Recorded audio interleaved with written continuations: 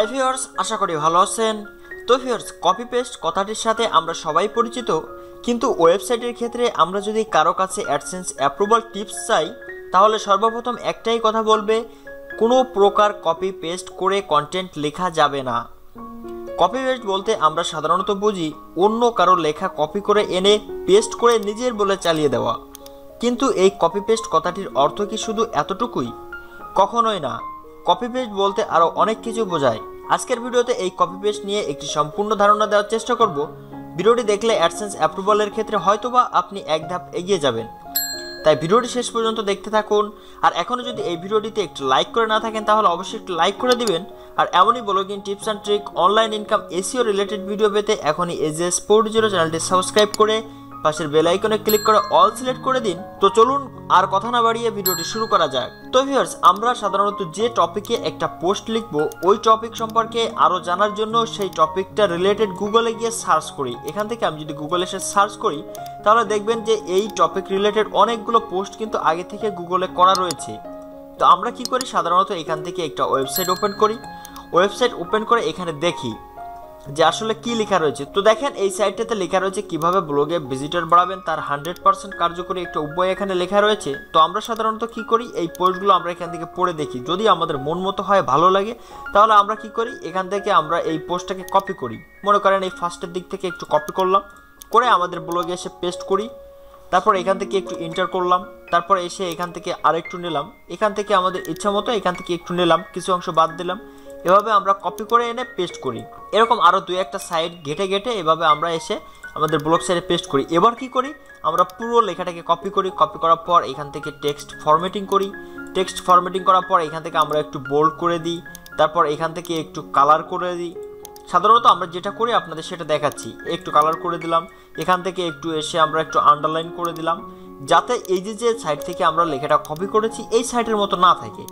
তো আমরা এখান থেকে কপি করছি, এভাবে কালার বোল্ড করে দিয়ে তারপর একটু ব্যাকগ্রাউন্ড কালার দিয়ে দিলাম, অথবা কালার দিয়ে দিলাম, তারপর এখান থেকে একটু ব্যাকগ্রাউন্ড কালার দিয়ে দিলাম, এখান থেকে একটু ব্যাকগ্রাউন্ড কালার দিয়ে দিলাম। এভাবে আমরা পোস্টটাকে লিখি। তাহলে কি হলো, আমরা মনে করি এই যে সাইড থেকে কপি করছি এই সাইডে তো আর এরকম করা নাই, তাহলে আমরা যদি এভাবে পোস্ট করি সেটা কিন্তু আর কপি পেস্ট হবে না।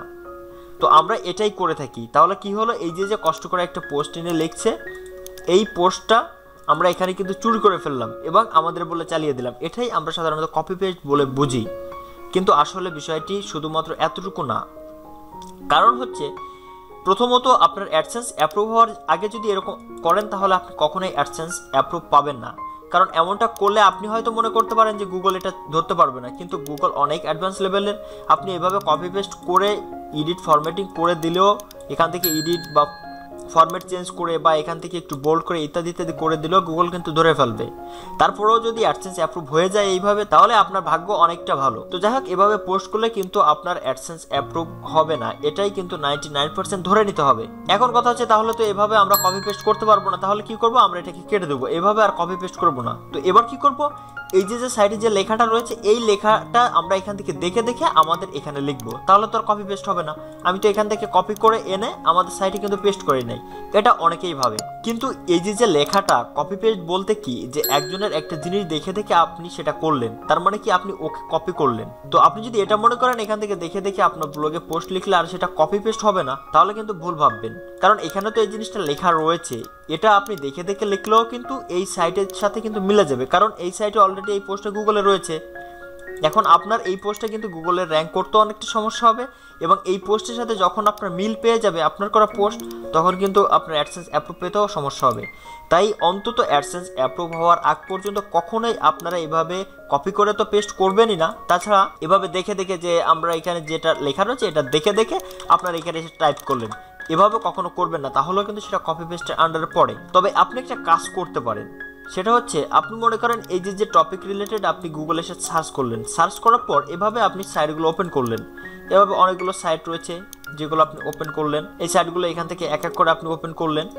এভাবে ওপেন করলেন, ওপেন করার পর এখানে 3-4টা সাইট আপনি ওপেন করলেন। ওপেন করার পর এই যে কিভাবে ব্লগারে ভিজিটর বাড়ানো যায় এটা সম্পর্কে আপনি পড়লেন, যে এখানে আসলে এরা কি লিখছে। তো এটা সম্পর্কে আপনি পড়লেন, পুরো পোস্টটা পড়লেন, আবার অন্য যে সাইট রয়েছে এটা সম্পর্কে পড়লেন। তাহলে কি হবে, যে এই যে সাইটে কি বিষয় লেখা রয়েছে, টপিক কিন্তু একই, কিন্তু এক একজন কিন্তু এক এক রকম করে পোস্টটা লিখেছে। তাই আপনি কি করছেন, এখানে এই পোস্টগুলো পড়ছেন, যখন এই অনেকগুলো পোস্ট করছেন তখন কিন্তু আপনার ভিতরে একটা আইডিয়া চলে আসবে যে ভিজিটর বাড়াতে গেলে কী কী করতে হবে। এটা কিন্তু আপনি নিজেও অ্যাপ্লাই করতে পারবেন, এবং আপনি যে পোস্টটা লিখবেন ওই পোস্টটা কিন্তু এই যে 3-4টা সাইট আপনি পড়লেন, এই 3-4টা সাইটের মধ্য থেকে নিজের মতো করে একটা পোস্ট কিন্তু এখানে আপনি লিখলেন, তাহলে সেটা কিন্তু আর কপি পেস্ট হবে না। আবার অনেকে করে যে এখান থেকে এই সাইটের এখান থেকে একটু কপি করলাম, এখান থেকে এই যে প্রথম প্যারা এখান থেকে মনে করেন এটা কপি করলাম, কপি করে আমাদের সাইটে পেস্ট করলাম, তারপর এখান থেকে আমরা একটু নিচের দিকে গেলাম, নিচের দিকে যাওয়ার পর এখান থেকে অন্য একটা সাইটের একটা প্যারা এসে এখানে কপি করলাম, কপি করার পর আমাদের সাইটে নিলাম, এখান থেকে আর একটু নিচের দিকে গেলাম, তারপর এখান থেকে এসে আর একটা প্যারা আমরা কপি করলাম, যেহেতু একই টপিকে পোস্টগুলো এই 3-4টা সাইটে রয়েছে সেহেতু আমরা এখান থেকে কপি করলাম। এবার এইটা যখন আপনারা এক করে দিবেন, এখান থেকে এবার সে কী করবে, এখান থেকে যে ইগুলো রয়েছে এটাকে টেক্সট ফরম্যাটিং করবে, তাহলে কি একই রকম হয়ে গেল। এবার স্পেসগুলো কেটে দিবে, অনেকেই এটা করে থাকে, তবে অ্যাডসেন্স অ্যাপ্রুভ হওয়ার আগে কিন্তু আপনারা এই ধরনের কোনো কাজ করবেন না। তো যাক, এভাবে করার পর এখানে ফরম্যাটগুলো তো একই রকম হয়ে গেল। এবার আমরা এখান থেকে ফরম্যাট চেঞ্জ করে দিলাম, এখান থেকে ফরম্যাট চেঞ্জ করে দিলে এটা আলাদা হয়ে গেল। এবার এখান থেকে আমাদের মতো করে লিখলাম, কিন্তু এই যে হুবহু জিনিসটা যে আপনি কপি করেছেন এখান থেকে, সেটা কিন্তু এখানে থেকেই যাচ্ছে। দ্বিতীয় কথা হচ্ছে, আপনার যে ভিজিটর রয়েছে সেই ভিজিটর কিন্তু এই যে ফার্স্টে যে প্যারা আপনি লিখছেন তার সাথে কিন্তু এই প্যারা কোনো প্রকার মিল পাবে না, তাহলে কিন্তু সে ভিজিটর আপনার সাইটে আর আসবে না। তাই যে টপিকে আপনারা পোস্ট লিখবেন, প্রথমে ওই টপিক আপনার যে একটা টাইটেল বের করবেন যে আপনাদের মূল টপিক কী। তো দেখেন এখানে আমার মূল টপিক ধরেন কীভাবে ব্লগার ভিজিটর পাওয়া যায়, এটা আপনারা মূল টপিকটা আগে খুঁজে বের করবেন, খুঁজে বের করে গুগলে গিয়ে সার্চ করবেন, সার্চ করলে দেখেন এরকম অনেক সাইট চলে আসবে। এই সাইটগুলো আপনারা এক এক করে ওপেন করবেন, ওপেন করার পর সাইটগুলো পড়বেন। যখন আপনি 3-4টা সাইট পড়বেন তখন কিন্তু এই যে কীভাবে ভিজিটর বাড়ানো যায়, এই যে টপিক, এই টপিকে কিন্তু আপনাদের পূর্ণ একটা ধারণা চলে আসবে। তো যখন পূর্ণ একটা ধারণা চলে আসবে তখন কিন্তু আপনি আপনার মতো করে লিখতে পারবেন। আর যখন আপনি আপনার মতো করে ধারাবাহিকভাবে সুন্দরভাবে সাজাই গুছা লিখছেন, তখন যে পড়বে পোস্টটি অর্থাৎ আপনার ভিজিটর, সেও কিন্তু বিষয়টি সম্পর্কে ভালোভাবে বুঝতে পারবে, এবং পরবর্তী আপনার যে পোস্টগুলো থাকবে সেই পোস্টগুলো কিন্তু সে ফলো করবে, অর্থাৎ আপনার সাইটটাকে সে ফলো করবে। এছাড়াও অনেকে আবার কি করে, যারা এই ব্লগে সরাসরি পোস্ট লেখে না, তারা করে কি, তাদের যে নোটপ্যাড রয়েছে সেই নোটপ্যাডে তাদের পোস্টটা এখানে টাইপ করে, নোটপ্যাডে টাইপ করার পর পুরো পোস্টটা টাইপ করে, অথবা মাইক্রোসফট ওয়ার্ডে এভাবে টাইপ করে, নোটপ্যাড অথবা মাইক্রোসফট ওয়ার্ডে টাইপ করার পর পুরো পোস্টটাকে তারা কপি করে এনে তাদের ব্লগে এসে পেস্ট করে দেয়। এটাতেও কিন্তু অনেক সময় সমস্যা হতে পারে।